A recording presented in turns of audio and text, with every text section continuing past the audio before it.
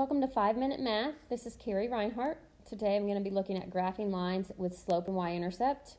If you're following along in the book, this is from Algebra 1, Unit 3, and this is Lesson 6, Part 2. I've already gone over graphing lines with the table in the previous section. It was Lesson 6, Part 1, which is definitely a great way to graph a line. But I'm going to show you how to graph it with slope and y-intercept, which actually is a little bit quicker and what you will start to use as you get in more detail and into a little bit more complicated topics. Now, if you're going to graph a slope and y-intercept, it needs to be in slope-intercept form, okay, which is y equals mx plus b. And this is called slope-intercept form because m is your slope and b is your y-intercept. So those are the only types I'm going to look at today. The first one I'm going to look at is y equals 2x minus 3. When you're graphing with slope and y-intercept, the first thing you need to do is find your y-intercept, which is the b value, and in this case is negative 3. That's your y-intercept. That's where it's going to cross the y-axis, which is this right here.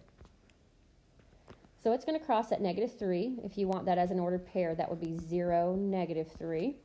So I'm going to go make a point at 0, negative 3, because that's where it's going to cross. And then I need my slope, which is 2, because m is our slope. So slope is 2, but when you're graphing with slope, you want it as a fraction. So any whole number you can always put over 1, because 2 over 1 is the same as 2. And the reason we want this is because we want rise over run. The top number tells us how much to go up or down, and the bottom number tells us how far to go to the right. If you end up with a negative slope, you need to apply that to the top number. So instead of going up, you'd go down. But in general, you're always going to go to the right when you're graphing with slope and y-intercept.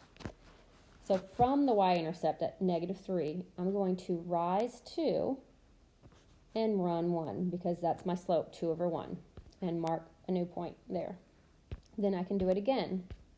Rise 2 and run 1. Mark another point.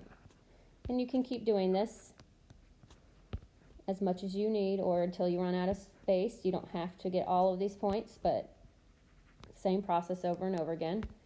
Get out your straight edge and notice that they all do line up, which is what you want, and draw your line. Just be careful and don't forget to put your arrows on both ends.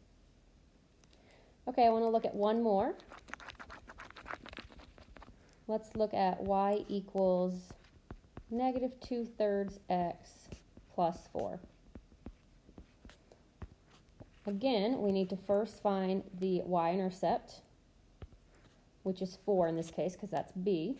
So our y-intercept is going to cross at 4. It's going to cross the y-axis at 4 right here. And if you want that as an ordered pair, that would be 0, 4. And then our slope is negative 2/3. Okay. If the negative is out in front of the fraction, you need to go ahead and just bring it to the top. Bring it to the negative, to the 2. So it's negative 2 over 3. So our rise here, you're actually going to go down 2. And then our run, you're going to go right 3. So from the y-intercept at 4, we're going to go down 2 and then right 3 to get another point. We're going to do it again. Down 2 and right 3 to get another point.